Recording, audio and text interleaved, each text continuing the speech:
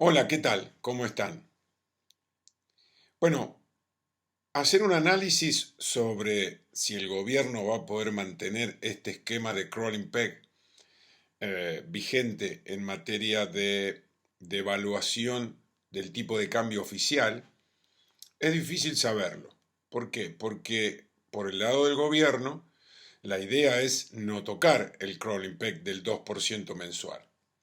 Porque la idea del gobierno es que eh, el atraso del tipo de cambio no tiene que ver con una cuestión monetaria o en última instancia inflacionaria o de variación de precios muy diferente al crawling peg de 2% mensual, sino que tiene que ver con el alto costo de producir y vender en Argentina. Es decir, la cantidad de regulaciones, la presión tributaria alta, el alto gasto público, las normativas vigentes en todo tipo, en todo lo que hace al comercio, para el mercado laboral, que lo que hacen es encarecer el hecho de producir y vender en Argentina.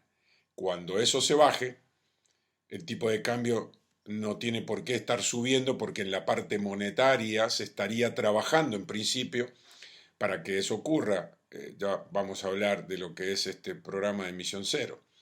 Es decir, si lo vemos del lado del gobierno, no hay ninguna posibilidad de que esto se modifique.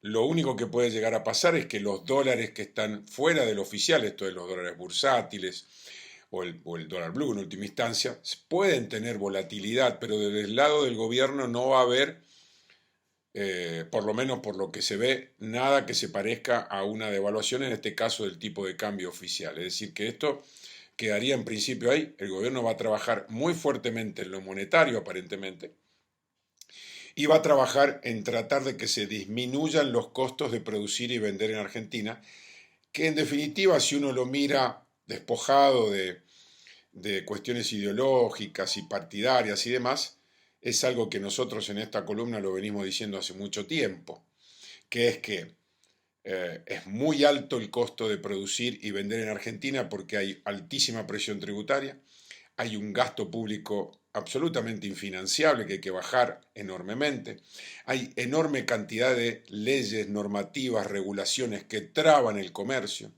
cantidades de permisos, 169 impuestos si uno suma los impuestos nacionales, provinciales y municipales. A esto encima hay que agregarle los impuestos al trabajo, los aportes patronales.